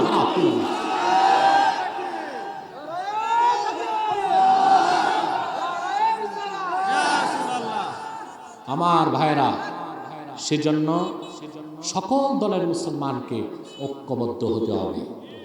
তাদেরকে অর্থনৈতিক সহযোগিতা করবেন না করবেন, আর সাবধান মনে রাখবেন, তাদের আস্তানাকে মসজিদ বলা যাবে না। খ্রিস্টানদের আস্তানা যেমন মসজিদ নয়, বৌদ্ধদের আস্তানা মসজিদ নয়, হিন্দুদের আস্তানা মসজিদ নয়, কাদিয়ানীদের আস্তানা মসজিদ হতে পারে না। সেটাও একটা শয়তানি আস্তানা ছাড়া আর কিছুই নয়। তাদের পণ্যদ্রব্য কিনবেন না, প্রাণ, সিজান, আরএফএল, প্রথম আলো এগুলো ধরবেন না, কিনবেন না। মনে থাকবে? আরেকটি সম্প্রদায় ইসলাম, মুসলমান, বাংলাদেশের স্বাধীনতার বিরুদ্ধে চক্রান্ত করে যাচ্ছে। এরা হচ্ছে খ্রিস্টানদের একটা জামাত, তাদের নাম ঈসাই তরিকা। কি নাম? ঈসাই তরিকা। এরা খ্রিস্টান, কিন্তু এরা বলে তারা মুসলমান। তারা বলে আমরা ঈসার উম্মত মুসলমান। ঈসার উম্মত মুসলমান না খ্রিস্টান? তাদের পুরো নাম হচ্ছে ঈসাই তরিকা ভুক্ত মুসলমান, আদতেই খ্রিস্টান। তাদের সংখ্যা এখন বাংলাদেশে 9.5 লক্ষ হয়ে গেছে। সবচেয়ে বেশি তারা মানুষকে খ্রিস্টান বানাচ্ছে আপনাদের জামালপুরের সরষেবাড়ি, এইসব এলাকায় ব্যাপকভাবে তারা কাজ করছে। সেজন্য আমাদের ঐক্যবদ্ধ হতে হবে। খ্রিস্টানরা যেন ইসলাম, মুসলমান ও বাংলাদেশের স্বাধীনতার বিরুদ্ধে কোনো চক্রান্ত বাস্তবায়ন করতে না পারে। মনে থাকবে? মনে থাকবে? আল্লাহ পাক যেন কবুল করেন, আল্লাহ পাক যেন মঞ্জুর করেন। বলুন আল্লাহুম্মা আমিন। আমি এবার প্রশ্ন পর্বে চলে যাচ্ছি। আপনারা যারা দাঁড়িয়ে আছেন আস্তে করে বসে যান মুনাজাতের আগে, আর 11 বার ইস্তেগফার করে নেন। সূরা ফাতিহা পড়ুন, সূরা ইখলাস পড়ুন।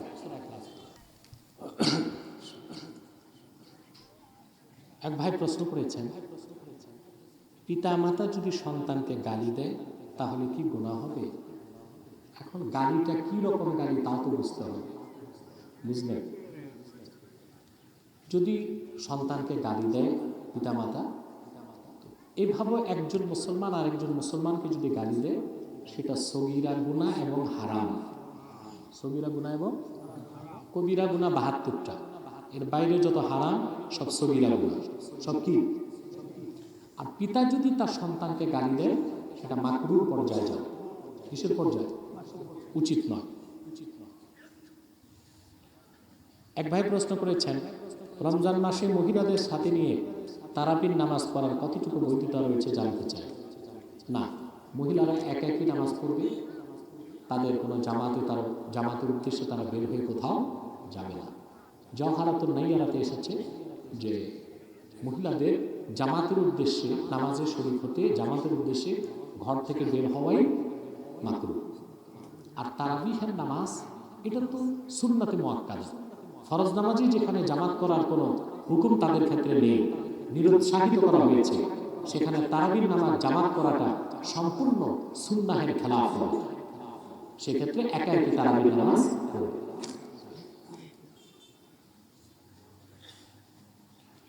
জামাতে নামাজ আদায়ের সময় কাতারে ফাঁকা রেখে দাঁড়ানো যাবে কিনা? এই যে করোনা পরিস্থিতিতে, এই তো এখন তো আপনারা ভ্যাকসিন টিকা সব নিচ্ছেন, এখন এই প্রশ্ন কেন?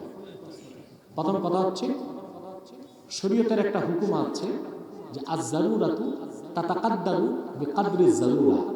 বিশেষ প্রয়োজনে বা মুহূর্তে শরীয়তের কোনো বিধান যদি হারাম হয়, সেই ক্ষেত্রে যতটুকু প্রয়োজন সীমিত পরিসরে সীমিত সময়ের জন্য তা করার বৈধতা দেওয়া হয়। কিন্তু করোনা পরিস্থিতিতে আপনারা মার্কেটে গেছেন, ফাঁকে দাঁড়ান নাই, বাসে বসছেন, ফাঁকে বসেন নাই, খেলা দেখতে গেছেন, ফাঁকে দাঁড়ান নাই, যত স্বাস্থ্যবিধি মসজিদে, এগুলো তো ভণ্ডামি ছাড়া আর কিছু নেই। সরকারি প্রাথমিক বিদ্যালয়ের জায়গায় মসজিদ নির্মাণ জায়েজ কিনা? কথা হচ্ছে মসজিদটা কি রকম মসজিদ? যদি জামে মসজিদ হয় জায়েজ হবে না। জামে মসজিদের জন্য আরজে মাওকুফা, ওয়াকফকৃত জায়গা শর্ত। এখন প্রাইমারির জন্য যে জায়গা, ওখানে যদি অস্থায়ী মসজিদ হয় ছাত্রদের জন্য, এলাকাবাসীর জন্য, আর স্কুল কর্তৃপক্ষ যদি অনুমতি দেয়, ওখানে 5 ওয়াক্ত নামাজও চলবে, জুমার নামাজও চলবে। ইকামতের সময় ইমাম ও মুসল্লিগণ কখন দাঁড়াবে? এই ক্ষেত্রে হানাফিদের ফাতোয়া হচ্ছে ইয়াকুমুল ইমাম ওয়াল মুক্তাদি ইনদাল হাইআলাতাইন ইনদা উলামাইনা সালাসা ইল্লা যুফা। কয়েকটা ফতুয়ার কিতাবের মত, আমি আমার মতো বললাম। অর্থাৎ ইমাম মুক্তাদি তখন দাঁড়াবে যখন বলা হবে হাইয়া আলাস সালাহ। কেউ বলেছেন ইনদা হাইয়া আলাল ফালাহ, হাইয়া আলাল ফালাহর সময়। একেবারে বড় তিন ইমামের এই মত, এটাই সুন্নাত। কথা বুঝতে পারছেন?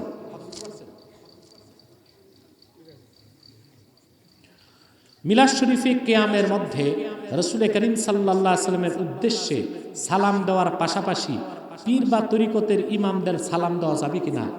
দেখুন, মিলাদ কিয়াম আমরা করি সওয়াবের নিয়তে, ইবাদতের উদ্দেশ্যে। আর মিলাদ কিয়ামের সম্পর্ক আল্লাহ রাসূল সাল্লাল্লাহু আলাইহি ওয়াসাল্লামের আজমত ও মুহাব্বতের সাথে। সেই মিলাদের কিয়ামে শুধু আল্লাহ ও তার রাসূল সাল্লাল্লাহু আলাইহি ওয়াসাল্লামের সম্মান বলাই উচিত, সাথে কোনো নিজের পীর বা তরিকার ইমামের নাম আনাটাও একটা বেয়াদবি। যদি আনতে হয় বা আনা হইতো, তাহলে তো আল্লাহ রাসূল সাল্লাল্লাহু আলাইহি ওয়াসাল্লামকে সালাম দেওয়ার পরে নিজের পীর বা তরিকার ইমামকে সালাম দেওয়ার আগে হযরত আবু বকর, ওমরের নামটা আসা দরকার ছিল। ঠিক কিনা? এই আদবটা আমাদের রক্ষা করা উচিত। হ্যাঁ, আপনি যখন ব্যক্তিগতভাবে দরুদ শরীফ পড়বেন, তখন তরিকতের ইমামদের উপর অনেকে বলেন আপনি দোয়া হিসেবে দরুদ পাঠাতে পারেন, এককভাবে না। আল্লাহ রাসূল সাল্লাল্লাহু আলাইহি সাল্লাম আহলে বায়ত আসহাবে কেরামকে পাঠানোর সাথে নিজের তরিকতের ইমাম যিনি, তাকে আপনি পাঠাতে পারেন। কিন্তু আপনি যখন মিলাদ শরীফে কিয়ামে দাঁড়াবেন, ওই আমলটা তো খাসভাবে আল্লাহর হাবিবের আজমতের সাথে সম্পর্ক রাখে। সেখানে যেখানে আমরা সাহাবায়ে কেরামের নাম আনি না সালামে, সেখানে পীর বা তরিকতের ইমামের নাম আসবে কেন? জুমার সানি আজান ইমামের সামনে নাকি দরজার বাহিরে? খুতবার আগের আজান যেটা, জুমায় কিন্তু 3টা আজান। কয়টা? এই যে জুমায় খুতবায় মিম্বরের সামনে যেটা, এটা না? এটা জিজ্ঞেস করছেন না? এটা পরিষ্কার উমদাতুল কারি শারহু সাহিহুল বুখারী 3য় খণ্ডে এসেছে। হযরত উসমান রাদিয়াল্লাহু তাআলা আনহু ওনার উপস্থিতিতে মিম্বরের সামনে আজান দেওয়া হয়েছে। এই জন্য এটা ইজমায়ে সাহাবা হয়ে গেছে। কি হয়ে গেছে?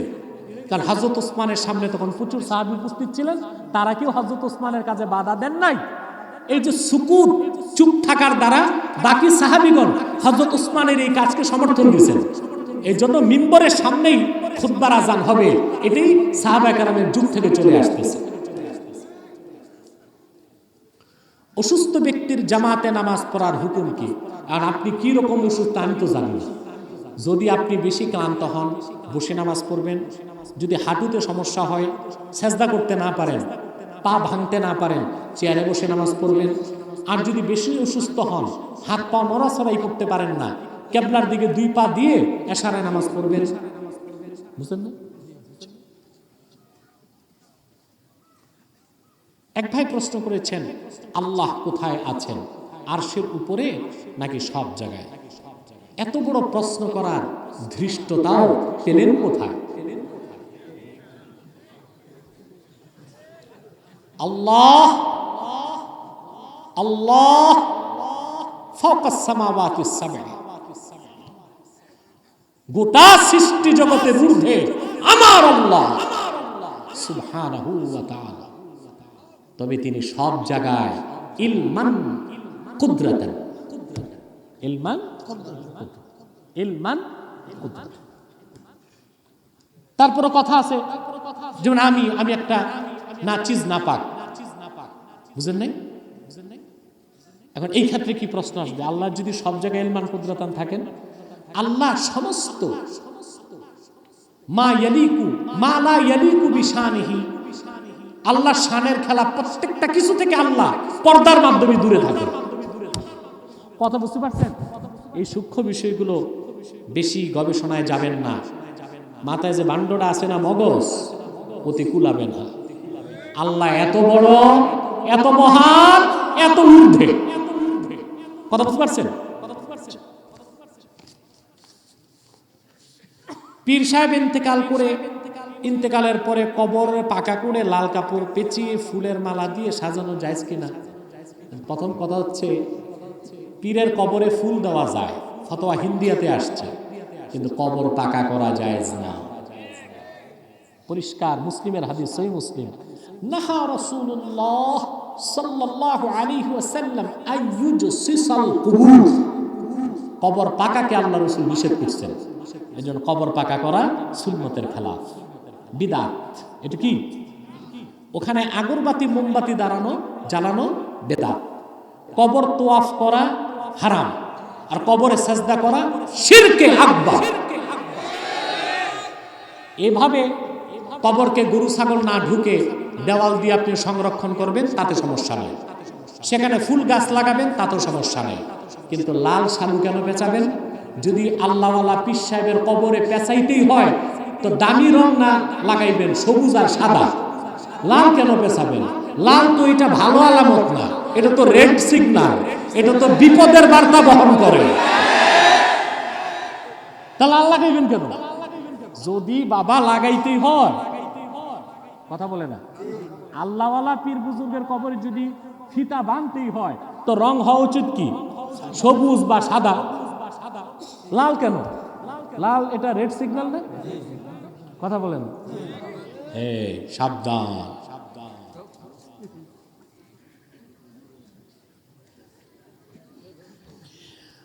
মোহতারাম, বর্তমান সময়ে কিছু লোক বলে লম্বা টুপি পরিধান করা ব্যক্তিরা ওয়াহাবি।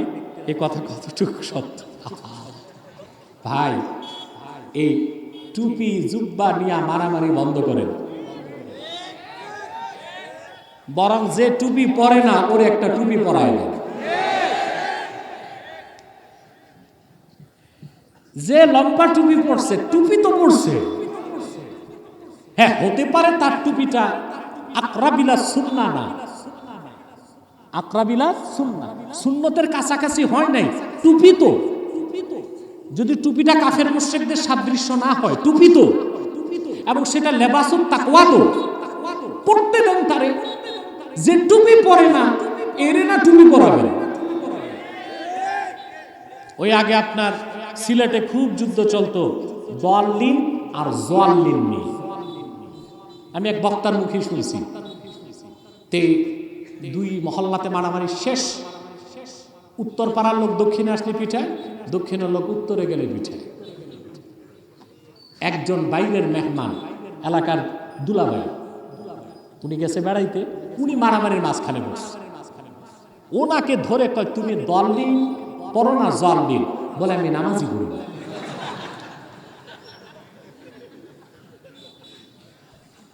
এখন টুপির কারণে আপনি কাউকে ওয়াহাবি বলবেন, এটা অবিচার। হ্যাঁ, আপনি বলতে পারেন, ভাই এই টুপিটা সুন্নাহ, এই টুপিটা আকরাবিলা সুন্নাহ, আপনারটা সুন্নতের কাছাকাছি না, এতটুকু বলতে পারেন। কিন্তু শুধু টুপির কারণে একজন মানুষকে আপনি ওয়াহাবি বানাই দিবেন, এটা আহলুস সুন্নাহ ওয়াল জামাত সমর্থন করে না।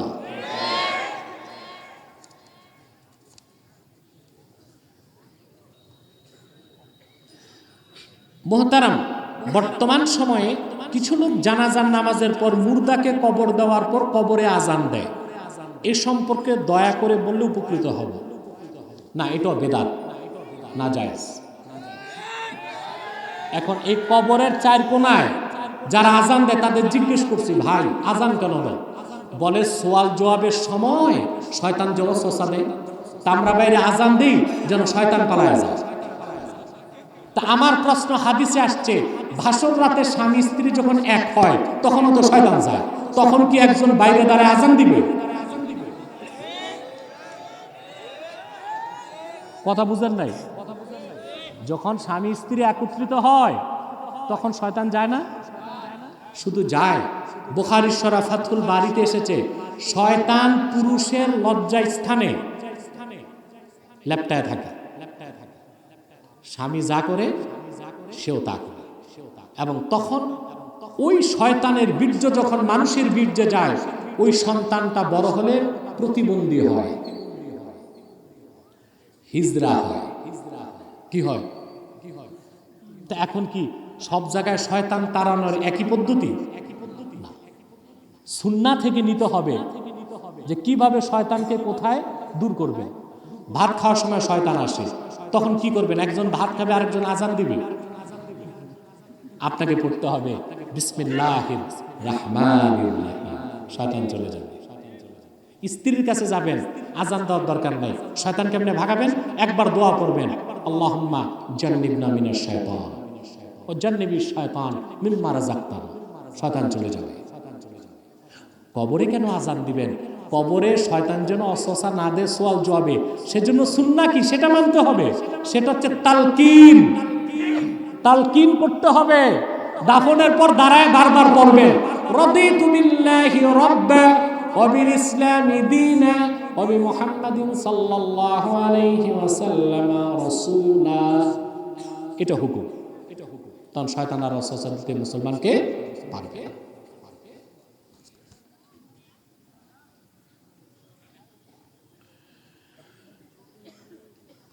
এক ভাই প্রশ্ন করেছেন, বর্তমান সময়ে জাসনে জুলুস এক শ্রেণীর লোক পালন করে। তারা রাস্তায় স্লোগান দেয়, বিশ্বনবীর আগমন, লাল গোলাপের শুভেচ্ছা, তারা অনেকে বাদ্যযন্ত্র বাজায়। দেখুন, জাসনে জুলুস যেটা 12 রবিউল আউয়াল উপলক্ষে যে জুলুস বের হয়, এটা আরব বিশ্বের অনেক দেশেও বের হয়, কিন্তু এই জুলুসটা হতে হবে বিদআত মুক্ত। সেখানে গান বাদ্য বাজতে পারবে না। আপনারা অবাক হবেন, গত বছর বা এর আগের বছর তুরস্কের প্রেসিডেন্ট এরদোগান নিজে মিলাদুন নবী সাল্লাল্লাহু আলাইহি ওয়াসাল্লাম উপলক্ষে জুলুসে বের হয়েছেন। তিনি প্রথম নেতৃত্ব দিয়েছেন। কিন্তু আমাদের দেশে যারা জুলুস বের করে তারা একটা বেয়াদবি করে। যিনি জুলুসে নেতৃত্ব দেয় তিনি ট্রাকের উপর বসে, তারপর তাকে অনেক মালা দিয়ে সাজানো হয়। বেটা, তুমি যদি আল্লাহ রাসূল মুহাম্মদ সাল্লাল্লাহু আলাইহি ওয়াসাল্লামের আজমত ও মুহাব্বতের কথা খেয়াল করে 12 রবিউল আউয়ালের সম্মানে জুলুস করো, তো তুমি কেন ট্রাকে বসেছো? তোমাকেও তো হাঁটা উচিত জনগণের সাথে, ঠিক কিনা? হ্যাঁ, আপনি বেদাত মুক্ত অবস্থায় জুলুস করতে পারবেন, আরব বিশ্বে যেভাবে জুলুস হয়। আমরা যদিও জুলুস করি না, কিন্তু আলহামদুলিল্লাহ আমরা আমাদের আব্বাসী মসজিদ জনপুর দরবার শরীফের বাৎসরিক মাহফিলটাই হলো 12 রবিউল আউয়াল ঈদে মিলাদুন নবী সাল্লাল্লাহু আলাইহি ওয়াসাল্লাম উপলক্ষেই আমাদের বার্ষিক মাহফিল হয় আলহামদুলিল্লাহ। আপনি 12 রবিউল আউয়াল জুলুস নাম না দিয়ে রেলি নামে বের করতে পারেন। কি নামে? রেলি নামে। কিন্তু সেই জুলুসে শুধুমাত্র পড়তে হবে হামদ না জিকির ফিকির। সেখানে পীরের স্লোগান চলবে না, বাদ্যযন্ত্র চলবে না। তাইলে আপনি যদি জুলুস করেন তার কোনো সমস্যা নাই, এটা সওয়াবের অধিকারী হতে পারবে। জুলুস সম্পর্কে আরেকটা প্রশ্ন, জমি বন্ধক দিয়ে টাকা নেওয়া জায়েজ কিনা? জমি বন্ধকটা বলতে কি বুঝেন? যেটা রেহেন। আপনারা বাংলাদেশে যে রেহেনটা করেন এটা শারঈ না, শরীয়ত সম্মত রেহেন হয় না। আমাদের দেশে কি রকম হয়? যেমন আপনার এক বিঘা জায়গা, আপনার 1 বিঘা জায়গা, সভাপতি সাহেব 50,000 টাকা দিল, ঠিক কিনা? সভাপতি সাহেব 50,000 টাকা আপনাকে দিল ঋণ, আর তিনি আপনার 1 বিঘা জায়গাটা নিলেন, এতটুক রেহেন জায়েজ। কিন্তু দেখা যায় 2 বছর পর তিনি টাকাটা 50,000 পুরাই ফেরত নিলেন, কিন্তু 2 বছর তিনি চাষাবাদ করে ভোগ করছেন, এটা সুদ এবং হারাম। এই রকম রেহেন জায়েজ না। হ্যাঁ, এখানে আবার দ্বিতীয় চুক্তি হতে হবে, কেরায়া। কি হবে? কেরায়া।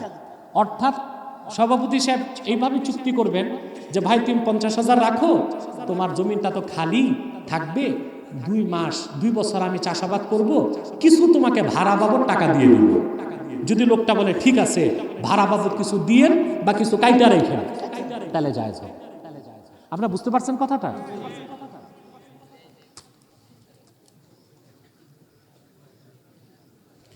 মানুষ মারা যাওয়ার পর আবার নাকি বিভিন্ন রূপ ধারণ করে পৃথিবীতে আসে, যেমন কাক, বক, অন্য কিছু। এটা মুসলমানের আকীদা না, এটা হিন্দুদের বিশ্বাস। এই পুনর্জন্মের বিশ্বাস যার মধ্যে থাকবে সে কুখ্যাত কাফের, কারণ সে কমসে কম কোরআনের 2000 আয়াত অস্বীকার করবে। মসজিদের ওয়াকফীকৃত জায়গায় মসজিদের ইমাম সাহেব তার পারিবারিক কবরস্থান করেছেন, যার ফলে মসজিদ সম্প্রসারণ করলে কবর মসজিদের ভিতরে পড়ে। এমত অবস্থায় মসজিদ সম্প্রসারণের হুকুম কি? দেখুন, অত্যন্ত কঠিন একটা মাসালা। মসজিদের জায়গা যেটা ওয়াকফ হয়েছে, কি হয়েছে? লেখালেখির দরকার নাই। ফতোয়া কাজীখানে আসছে যে ইউটিউবওয়ালা তোমরা এই প্রশ্ন উত্তর নিচ্ছ, কথা বলে না, ক্যাপশন ঠিক মতো দিবা, তোমরা গোলমালটা ক্যাপশনেই করো। হ্যাঁ, এই ক্যাপশনটা সমস্যা করে, এটা করো না, কারণ সব জরুরি প্রশ্নের উত্তর। ওয়াকফ কিভাবে হয়? লেখালেখির দরকার নাই। জমি দাতা যদি দুইজনের সামনের উপস্থিতিতে একবার বলে ওয়াকাফতু হাযিহিল আরদা লিল্লাহ, আমি এতটুক জায়গা আল্লাহর জন্য ওয়াকফ করলাম, ফতোয়া কাজীখানে আসছে, একজন মুসলমান যদি নামাজ পড়ে কিয়ামত তক এই জায়গা মসজিদের জন্য ওয়াকফ হয়ে যাবে। জায়গা খালি থাক, মসজিদ থাক, ওখানে মাদ্রাসাও করা যাবে না, কবর করা যাবে না, বাগান করা যাবে না, কিছুই করা যাবে না। ফতোয়া স্বামীতে আসছে ওয়ালা ইয়াখরুজুল মসজিদু আনিল মসজিদিয়াতি আবাদা, আর মসজিদ একবার মসজিদ হয়ে গেলে কিয়ামত তক এটা মসজিদের হুকুম থেকে বের হয় না। এখন যে মসজিদের পাশে ওয়াকফীকৃত জায়গায় ইমাম সাহেবের কবর হয়ে গেছে, মসজিদ সম্প্রসারণের স্বার্থে এই কবর অন্যত্র সরানো জায়েজ। অন্তত 10 গজ নিচ থেকে মসজিদের পাশে যে ইমামের কবর তা সরিয়ে অন্য কবরস্থানে দাফন করে দিবেন, তারপর ওই জায়গায় মসজিদ সম্প্রসারণ করতে পারবেন।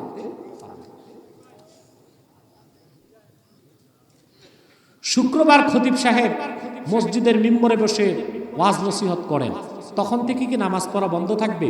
জি, কারণ ফাতোয়া হচ্ছে, কোন এবারতে আসছে, কোন ফাতোয়ায় ইদা সাইদাল ইমাম, কোন এবারতে আসছে ওয়া ইদা খারাজাল ইমাম, ইমাম যখন বের হয়ে যায় হুজরা থেকে। আর কেউ বলেছেন মিম্বরে যখন বসে যায় লা সালাতা ওয়ালা কালামা ওয়ালা সালামা ওয়ালা রাদ্দাস সালাম, তখন থেকে নামাজ পড়া যাবে না, সালাম দেওয়া যাবে না, জিকির করা যাবে না, সালামের জবাবও দেওয়া যাবে না। সুবহানাল্লাহি বিহামদি, এত আরো জমায় রাখছে, এটা থাক না, আজকে ক্লান্ত হয়ে গেছি আমি, রাতও বেশি হয়ে গেছে।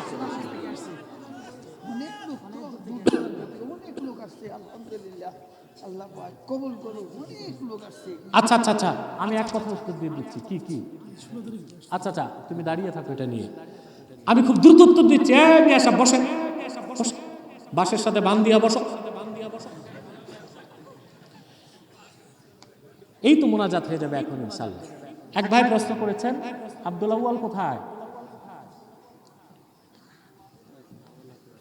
হাসরের ময়দানে যখন মানুষকে উঠানো হবে, তখন আল্লাহ পাক ওই ব্যক্তিকে কি নামে ডাকবেন? তার নিজের নাম ধরে ডাকবেন, নাকি তার নামের সাথে তার বাবার নাম নেবেন, নাকি মায়ের নাম? এই বিষয়ে কোরআন সুন্নাহ কি বলে? মায়ের নাম নিয়ে ডাকবেন, এই ব্যাপারে রাওয়ায়াত বেশি। আমার একটি বিষয় জানার ছিল, আমার প্রথম স্ত্রী মারা গেছে, আমি তার মোহরানার টাকা পরিশোধ করতে পারিনি। অবশ্যই বিষয় নিয়ে স্ত্রীর সাথে মাঝে মধ্যে আলাপ করতাম, তখন স্ত্রী বলতো মোহরানার টাকা দেওয়া লাগবে না, আমি চাই না, কিন্তু আমার দৃঢ় প্রত্যয় ছিল তার মোহরানার টাকা পরিশোধ করে দিব। স্ত্রী যদি মাফ করে থাকে তাহলে মাফ, তবে উত্তম হচ্ছে মোহরানার টাকাটা দিয়ে কিছু সদকায়ে জারিয়া করে সওয়াবটা স্ত্রীকে ইসালে সওয়াব করে দেবে।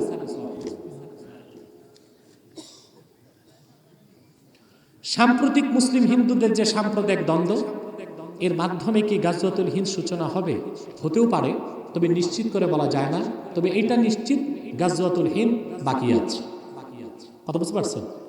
সেটা এই ব্যাপারে আমার আব্বাসি টিভি লিমিটেডে ডকুমেন্টারি আছে গাজওয়ায়ে হিন্দের ব্যাপারে, দেখে নেবেন। এক ভাই প্রশ্ন করেছেন, ইহুদিদের লাশ দেখে রাসূল সাল্লাল্লাহু আলাইহি ওয়াসাল্লাম দাঁড়িয়ে গিয়েছিলেন কেন? এ থেকে আমাদের শিক্ষা কি? দেখুন, এই হাদিসের ব্যাখ্যা বুঝতে হবে, বুঝলেন? ইহুদির লাশ দেখে রাসূল কারীম সাল্লাল্লাহু আলাইহি ওয়াসাল্লাম দাঁড়াতে বলেছেন, দাঁড়িয়েছেন, দাঁড়াতে বলেছেন কেন? এটার ব্যাখ্যা বুঝতে হবে। বুখারী শরীফ কিতাবুল জানায়েজে হাদিসটা আছে। সাহাবী বলেন, একদিন একটা লাশ মদিনা মুনাওয়ারাতে, একটা লাশ গেল, ইহুদির লাশ। রাসূল কারীম সাল্লাল্লাহু আলাইহি ওয়াসাল্লাম দাঁড়িয়ে গেলেন, আমরাও দাঁড়িয়ে গেলাম। তারপর আল্লাহ রাসূল বললেন, ইদা রাআইতুমুল জানাজাতা ফাকুলু, যখন তোমরা দেখবা কোনো জানাজা যায়, লাশ যায়, দাঁড়িয়ে যাওয়া। প্রশ্ন হলো কেন? প্রশ্ন আসে না? রাসূল করিম সাল্লাল্লাহু আলাইহি ওয়াসাল্লাম কেন দাঁড়িয়েছেন, সাহাবায়ে কেরামকে দাঁড়াতে বলেছেন? 3টা কারণ হাদিসে এসেছে। কয়টা? 1, ইহুদির লাশ দেখে দাঁড়ানো হয় নাই, দাঁড়াতে বলা হয় নাই, বরং ইহুদির লাশের সাথে যে ফেরেশতারা ছিল তাদের আজমতের কারণে দাঁড়াতে বলা হয়েছে। 2 নাম্বার হচ্ছে, কোনো মানুষ যখন আপনি যখন কারো লাশ দেখবেন যাচ্ছে, তখন আপনার নিজের মৃত্যুর কথা মনে হবে। এই যে মৃত্যুর কথা স্মরণ করে দাঁড়িয়ে যেতে বলা হয়েছে। 3 নাম্বার হচ্ছে, সাহাবায়ে কেরাম বসেছিলেন, ইহুদির লাশ ছিল উপরে, তো সাহাবায়ে কেরাম বসে থাকলে তাদের মাথার উপরে ইহুদির লাশ থাকে, সেই জন্য আল্লাহ রাসূল সাল্লাল্লাহু আলাইহি ওয়াসাল্লাম দাঁড়িয়ে গিয়েছেন, সাহাবায়ে কেরামকে দাঁড়িয়ে যেতে বলেছেন, যেন মুসলমানের মাথার উপর দিয়ে ইহুদির লাশ না যায়, যেন মুসলমানের মাথা বরাবর দূর দিয়েও মুসলমানের মাথা যেই বরাবর সেই বরাবরই ইহুদির লাশ না যায়, সেজন্য দাঁড়াতে বলা হয়েছে। কারণ হাদিসের ব্যাখ্যা না পড়ে মৌলভী সাহেব একখান বুখারী শরীফ থেকে হাদিস একটা বলে দিল, তাতে তো দেখা যায় মানুষের ঈমান আরো দুর্বল হবে, ঠিক কি না? আল্লাহ আমাদেরকে হেফাজত করুন। এক ভাই প্রশ্ন করেছেন, যদি কোনো মেয়ে জেনায় লিপ্ত হয়ে যায়, জেনা থেকে সরে আসতে চায় কিন্তু পারে না, পরিবারের সবাই জানে তাদের মেয়ে জেনায় লিপ্ত আছে, যেন কিছু বলছে না, বিয়ে হচ্ছে না, মেয়েটা যদি জেনা থেকে মুক্ত হওয়ার জন্য বিয়ে করে নেয়, তাহলে কি বিয়ে বাতিল হবে? বাতিল হবে না। মেয়ে যদি বালেগা হয় আর শরীয়ত সম্মতভাবে 2 জন সাক্ষীর উপস্থিতিতে সে যদি কেউ তার বিয়েটা পড়ায় দেয়, স্বামী স্ত্রী সম্মত থাকে, এই বিয়ে জায়েজ।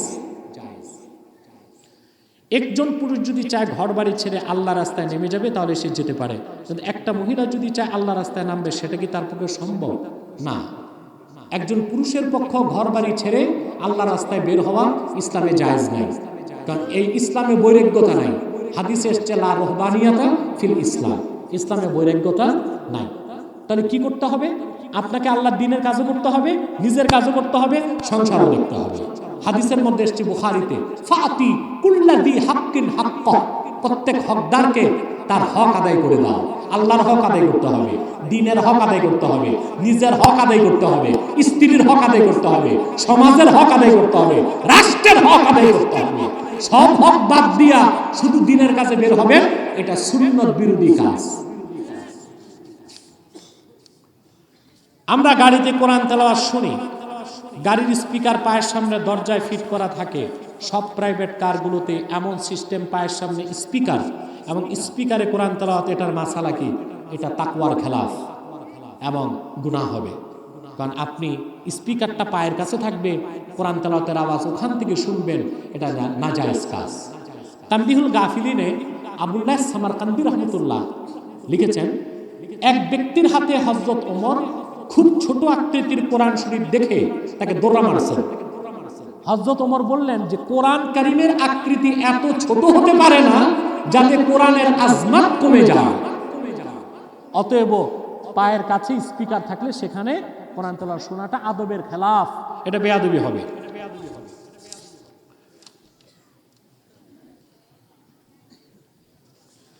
সাম্প্রতিক ফেসবুকে আমার দৃষ্টিতে আসলো, সেটা হচ্ছে কুমিল্লা দাউদকান্দির কোন এক সরকারি কর্মকর্তা তার ফেসবুক পেজে পোস্ট করেছে, গান বাদ্য হারাম, এটা নাকি কোরআনের কোথাও নাই। যারা হাদিস ও মাযহাবের দোহাই দিয়ে গান বাদ্যকে হারাম বলে, কোরআনের কোন সূরার কোন আয়াতে গান বাদ্যকে হারাম করা হয়েছে তাদের কাছে উনি জানতে চান। সরকারি কর্মকর্তা, এই লোক সারা জীবন পড়ছে কি? স্কুল থেকে শুরু হয়েছে তার শিক্ষা সুদ আর ঘুষ। কিভাবে? অঙ্ক পাটিগণিতে করছেন না আপনারা? পাটিগণিতে কি ছিল যে কলিমুদ্দিন সলিমুদ্দিনের কাছে 10 টাকা হারে 100 টাকা ঋণ নিল, সুদে আসলে 3 বছর পর কত দিবে? যে সরকারি কর্মকর্তা এই সুদের বিদ্যা শিখতে শিখতে বিসিএস পাস করছে, তারপর ঘুষ দিয়া চাকরি নিছে, সে কোরআন হাদিসের কি বুঝে?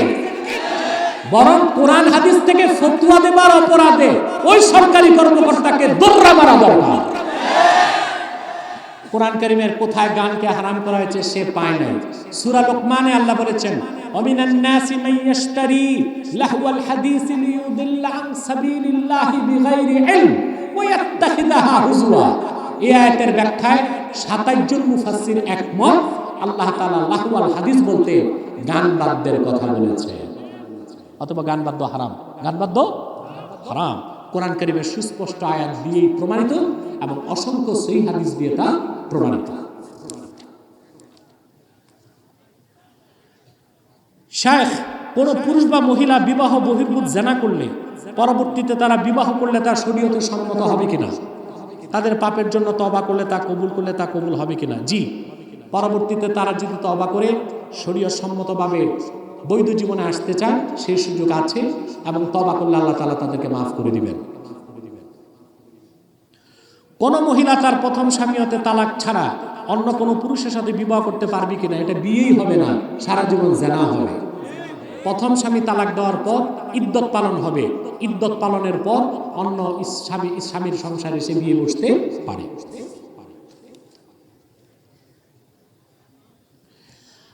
প্রশ্ন, আমাদের গ্রামে একটি পুরাতন মসজিদ আছে, সেখানে নামাজ হয় না। 300 হাত দূরে আরেকটি নতুন মসজিদ আছে, সবাই নতুন মসজিদে নামাজ পড়ে। পুরাতন মসজিদটি প্রায় 3 বছর যাবৎ পড়ে আছে। ওই মসজিদটি ভেঙে ওখানে হেফজ মাদ্রাসা করা যাবে কিনা? মসজিদকে মসজিদের হুকুমেই রাখতে হবে, তবে সেখানে হেফজখানা বা মক্তব চালানো যেতে পারে। আমাদের কোনো এক মসজিদে খতিব সাহেব নামাজ পড়ান, ওনার বাড়ি আমাদের গ্রাম থেকে 20-25 কিলোমিটার দূরে। আমার জানা মতে ওই খতিব সাহেবের মা বোন কেউ পর্দা করে না, নামাজ পড়ে না। আর ওই হুজুরের মা একটি দোকান চালায়। ওই হুজুরের পিছনে নামাজ পড়া আমাদের কতটুকু? তার আত্মীয় স্বজন যে পাপ করলো সেটার দায় তো তার উপর আসবে না। যদি দেখেন সে শরীয়ত বিরোধী কোনো কাজ করে তখন বিবেচনা করবেন। আর না, আজকে বহুত হয়ে গেছে, আলহামদুলিল্লাহ। এই প্রশ্নগুলো রাখো। নবী করিম সাল্লাল্লাহু আলাইহি ওয়াসাল্লামের নাম মোবারক শুনে 2 হাতের বৃদ্ধাঙ্গুলিতে চুমু খেয়ে চোখ মাসে করা যাবে কি? ফতোয়া শামী ইবনে আবিদিন শামী। আজানের সময় আল্লাহ রাসূল সাল্লাল্লাহু আলাইহি ওয়াসাল্লামের নাম শুনে বৃদ্ধাঙ্গুলে চুমু দিয়ে চোখে লাগিয়ে কুররাতাইনি বিকা ইয়া রাসূলুল্লাহ আল্লাহুম্মা মাত্তিনি বিস-সামঈ ওয়াল বাসার, এই আমলকে মুস্তাহাব বলেছেন। বাস, আজকে আর নয়, হয়ে গেছে বহুত। আমি ক্লান্ত হয়ে গেছি। ইনশাআল্লাহ আগামী আলামিন সমাজ কল্যাণ যুব সংঘের উদ্যোগে আগামী 16ই নভেম্বর ইসালে সব মাহফিল ইনশাআল্লাহ আমি আসবো। স্থান কোথায়? এটা সাহেব কাচারি স্কুল মাঠ, রাজগঞ্জ বাজার। দিনের বেলা আসবো ইনশাআল্লাহ। বাস জোহরতে। আমি রাতে আসবো না দিনে? কমিটিকে জিজ্ঞেস করে। রাতে রাজগঞ্জ রাতে। ঠিক আছে, আপনারা যাওয়ার চেষ্টা করবেন ইনশাআল্লাহ।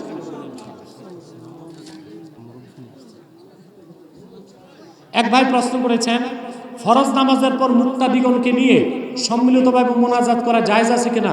শুধু জায়েজ না, এটা সুন্নতে মুতাওয়ারেসা। এ ব্যাপারে মিডিয়াতে 2.5 ঘন্টার ডকুমেন্টারি পাবেন।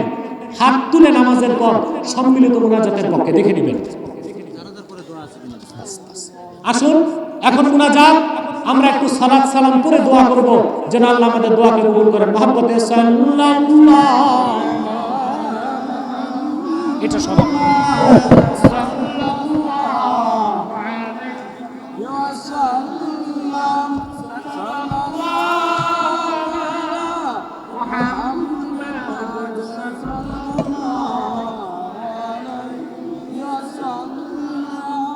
Yeah.